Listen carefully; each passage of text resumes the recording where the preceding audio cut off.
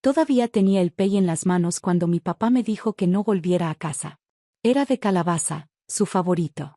Lo había horneado la noche anterior usando la receta de mamá, esa con nuez moscada extra y esa media cucharadita de jarabe de maple que siempre insistía en poner. Manejé 3 horas entre la niebla para llevárselo, como cada año. Era día de Acción de Gracias. Estaba en casa. O eso creía. Ni siquiera habíamos dado gracias todavía. El pavo seguía entero. El relleno echaba vapor en el platón de cristal que mi madre solo sacaba una vez al año. Y yo seguía de pie, sonriendo, con el pay en las manos cuando papá dijo: «Devuelve los $50,000, Rachel. O mejor, no vuelvas a casa». Al principio pensé que había escuchado mal, o que era una broma de mal gusto. Papá no era de esos que hacen dramas, y el Día de Acción de Gracias no era momento para eso. Al menos no en nuestra familia. No hasta esa noche. Nadie se rió. Lisa estaba sentada al otro lado de la mesa, las manos en el regazo como si estuviera en un funeral. David miraba el mantel. Incluso mamá, dulce, callada mamá, evitaba mi mirada. No me senté. No podía. El platón con el pay descansaba en mis palmas, de repente más pesado de lo que debería. Lo miré como tonta, como si pudiera explicarme lo que pasaba. «Con permiso», dije. La mandíbula de papá se tensó. «No lo hagas más difícil de lo que ya es». «¿De qué me están acusando exactamente?» Lisa por fin levantó la vista. Tenía los ojos rojos, el rímel corrido en las esquinas como si hubiera estado llorando por horas, pero su voz sonó clara. «La cuenta de mamá. Desaparecieron $50,000 el mes pasado. Justo después de que tú la ayudaste a configurar la banca en línea». Abrí la boca, pero no salió ningún sonido. Era cierto que ayudé a mamá con sus cuentas. Le daba miedo dejar el papel, decía que no confiaba en la nube. Así que un domingo por la tarde me senté con ella, le expliqué la app, las contraseñas, las preguntas de seguridad. Incluso lo anotó todo en una libretita que guardábamos en el cajón de la cocina. Eso fue hace 4 semanas. ¿4 semanas? ¿Y ahora me decían que fue entonces cuando robé? ¿Están hablando en serio?, susurré. ¿De verdad creen que yo le robé a mamá? David habló por fin, su voz dura como si le costara trabajo decirlo. No queríamos creerlo, pero el banco confirmó que las transacciones fueron en línea. Nadie más tenía acceso. Nadie más, excepto yo. Miré a mamá. No reaccionó. No asintió, no negó. Solo tomó la servilleta y se la llevó a la boca, como si fuera a vomitar. Y ahí lo entendí. El pay, el tráfico, el ritual de cada año, nada importaba. Ya no era su hija. Era una sospechosa. Dejé el pay con cuidado sobre el borde de la barra. El molde hizo un leve clic sobre el granito. Tomé mi abrigo del respaldo de la silla donde lo había dejado antes. No dije nada. «Tienes hasta el final de la semana», dijo papá en voz baja detrás de mí. «Después iremos con el abogado». No lloré en el coche. No grité, no insulté, no golpeé el volante como en las películas. Solo manejé. Con el abrigo medio abrochado. El pay seguía intacto sobre la barra de la cocina. Las calles estaban calladas, iluminadas por faroles y pavos de papel pegados en las ventanas. Era noche de Acción de Gracias, y todo olía a gravy, canela y paz. Menos yo. Me registré en el mismo motel de carretera que siempre pasaba al entrar al pueblo, pero donde nunca había tenido razón para parar. El recepcionista no preguntó por qué necesitaba una habitación en pleno feriado. Agradecí ese pequeño gesto. El cuarto olía a alfombra vieja y palomitas de microondas. Me quité las botas y me senté en la orilla de la cama, con las manos todavía temblando. Tengo 34 años, soy contadora forense senior, de esas que auditan millones de dólares en empresas, y mis propios padres creen que les robé. Lo peor es que ni siquiera me sorprendió del todo. Había señales. Pequeñas. La forma en que Lisa ponía los ojos en blanco cuando mamá hablaba de mis ascensos. La vez que papá preguntó, ¿no crees que ya es hora de sentar cabeza? Ya sabes, vivir un poco, como si mi carrera no fuera vida real. Incluso la Navidad pasada, cuando ofrecí pagar el techo nuevo de la casa, David murmuró algo sobre que yo quería comprar lealtades. Pensé que bromeaban. Pensé que seguíamos siendo familia. Me recosté sobre la colcha y miré al techo. Intenté recordar paso a paso el día que ayudé a mamá con su cuenta. Cada clic, cada contraseña, cada recuperación. ¿Me equivoqué en algo? ¿Alguien más vio la libretita del cajón? Ese cajón nunca tenía seguro. Cualquiera pudo abrirlo. Lisa aún vivía en casa, por temporadas, dependiendo de su situación. David tenía llave. Sí, fui yo quien ayudó a mamá a hacer todo el trámite digital, pero eso no me hacía la única que sabía cómo entrar. Aún así, me creyeron capaz. Creyeron que esperé a que mamá enfermara, para robarle. $50,000. Como si los necesitara. Como si fuera capaz. Mi celular vibró. Un mensaje de Lisa. No queríamos llegar a esto, pero nos la pusiste difícil para confiar en ti. Sin feliz día de gracias. Sin espero que estés bien. Solo eso, como si la que había roto algo fuera yo. Como si la que debía disculparse fuera yo. Volteé el teléfono boca abajo. En el trabajo, me paso los días desentrañando fraudes, empresas fantasma, facturas falsas. Sé cómo se ve cuando el dinero desaparece. Y también cómo se ve cuando alguien hace que parezca culpa de otro. Y ahora, alguien me había convertido en su chivo expiatorio. Me quedé viendo el techo hasta que las luces se volvieron borrosas. Si querían tratarme como la delincuente de la familia, tal vez era hora de empezar a investigar como una. A la mañana siguiente desperté temprano. Sin alarma, por instinto. Años persiguiendo fraudes me enseñaron una cosa. El dinero nunca desaparece. Solo cambia de manos. La clave es saber dónde buscar primero, y quién se beneficia. Tomé un café amargo del lobby y abrí mi laptop en el escritorio del motel. Mi firma llevaba semanas investigando un patrón de abuso financiero a adultos mayores. Cuentas modestas que de pronto quedaban vacías en 3 retiros, todos por debajo del límite de reporte federal. No era solo un banco, pero había uno que se repetía más que otros. Grenville Mutual, el banco de mamá. Nunca le dije a mi familia que yo estaba en ese caso. Era confidencial, pero tenía acceso autorizado a los datos. Sabía exactamente a quién preguntar. Le mandé un mensaje rápido a Theo, el oficial de cumplimiento que lideraba la investigación. Solo un nombre, fechas, ubicación. En menos de una hora, tenía lo que necesitaba: horarios, montos, registros de cajeros. 3 retiros de la cuenta de mamá, con 5 días de diferencia. Primero, 20,000 pesos. Segundo, 15,000 pesos. Tercero, 15,000 pesos. Cada uno hecho en persona, no en línea. Ahí apareció la primera grieta. Me acusaron de hacerlo por internet. Dijeron que solo yo tenía acceso. Pero si el dinero fue retirado en persona, no fui yo. Abrí el enlace con los videos de seguridad. Resolución baja, pero clara. Primer video, Grenville Mutual, 10 de octubre, 1:13 de la tarde. Una joven se acerca al mostrador, mirando nerviosa por encima del hombro. Cola rubia, sudadera gris, gafas grandes. Al principio pensé que era una extraña, alguien contratada para suplantar a mamá. Pero la chica se acercó a la cámara, bajó el cubrebocas para hablar con la cajera. Lisa. A pesar de lo borroso, reconocí su cara. La había cuidado de niña, la vi soplar velas, llorar por novios. Se movía inquieta, tamborileando con los dedos en el mostrador. Entregó lo que parecía la credencial de mamá y firmó algo. Su letra no había cambiado desde la prepa. Me recosté en la silla, la luz del motel parpadeando encima de mí. No solo se habían robado el dinero. Lo habían planeado.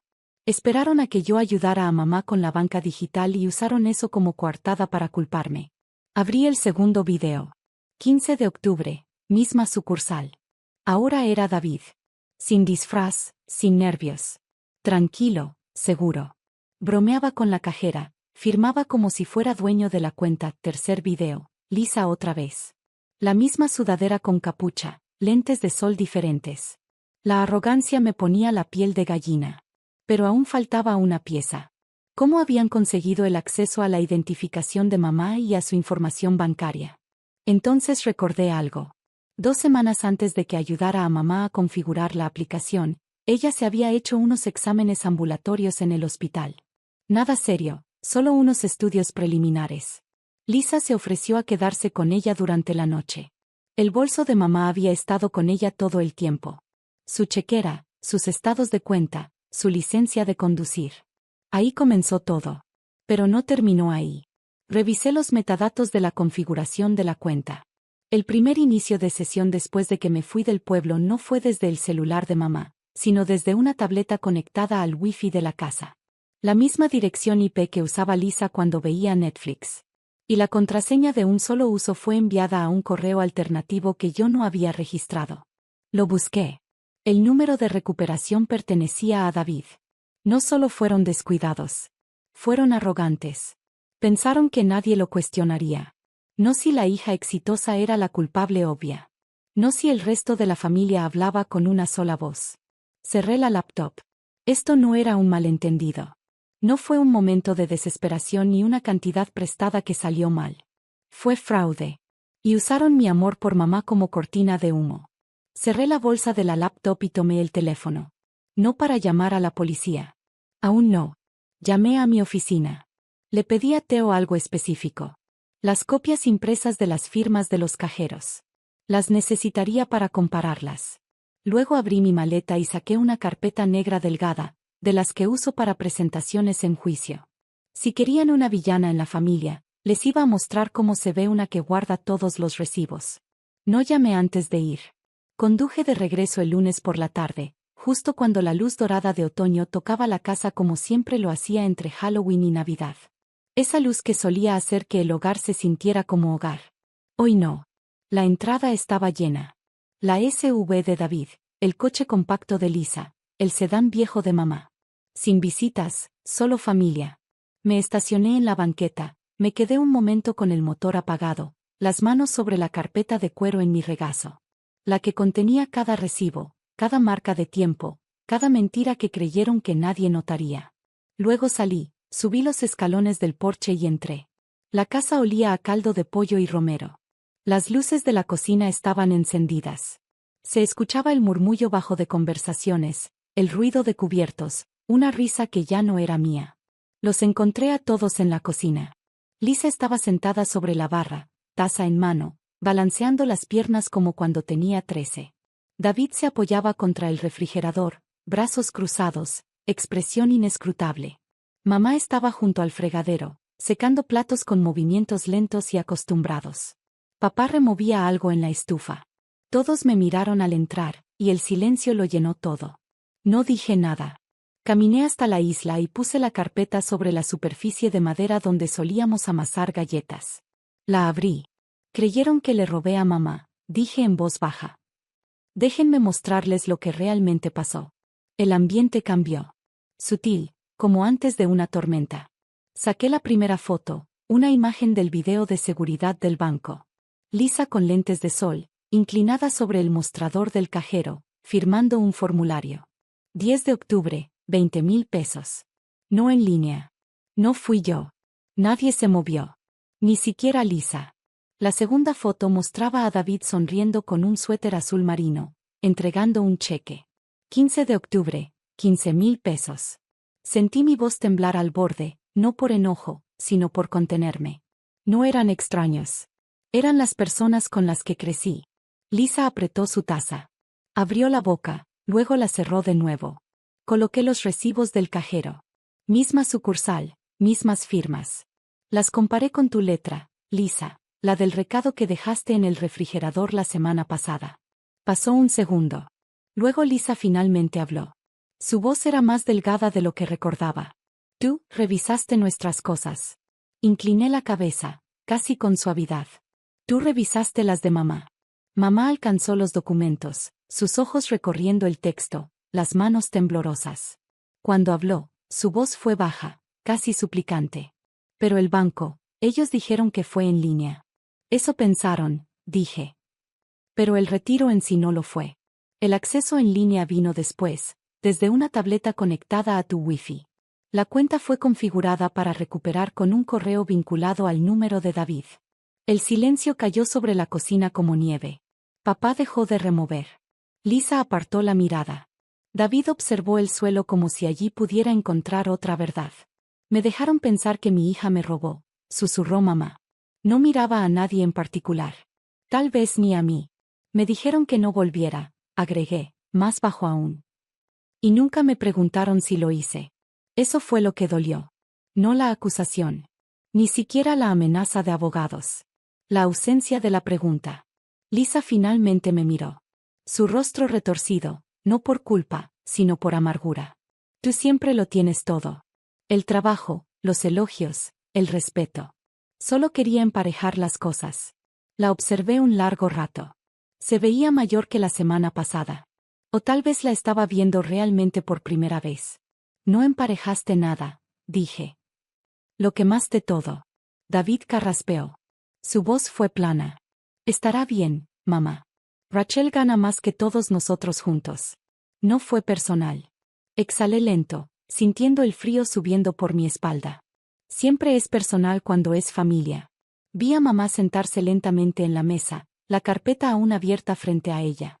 Sus manos descansaban en su regazo, con las palmas hacia arriba como si no supiera qué hacer con ellas. Papá finalmente habló.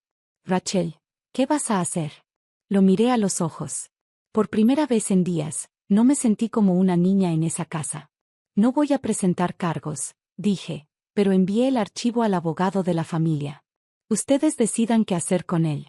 Él asintió una sola vez, cansado, más viejo de lo que recordaba. Cerré la carpeta.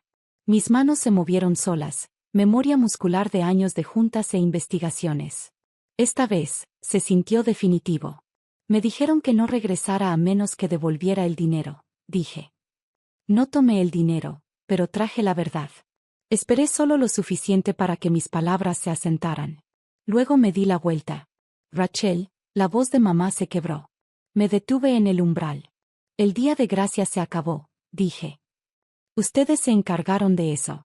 Salí de la casa sin decir una palabra más. No tomé la carpeta.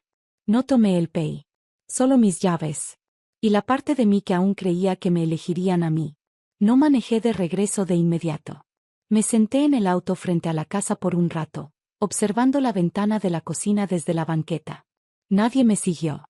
Las luces permanecieron encendidas. La risa de Lisa no regresó. David no abrió la puerta. Nadie bajó corriendo por el camino a disculparse, y eso, más que nada, me dijo todo lo que necesitaba saber. De vuelta en Boston, la ciudad se sentía más aguda, más callada. Regresé al trabajo como si nada hubiera pasado. Pero no era exactamente la misma.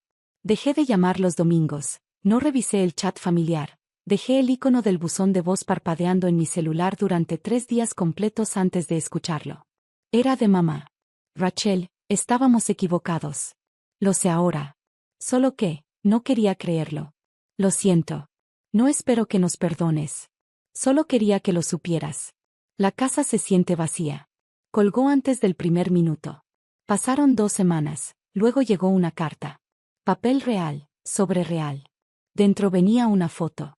Lisa, David y yo, de 6, 8 y 10 años, sentados en el porche trasero con disfraces de Halloween que no combinaban.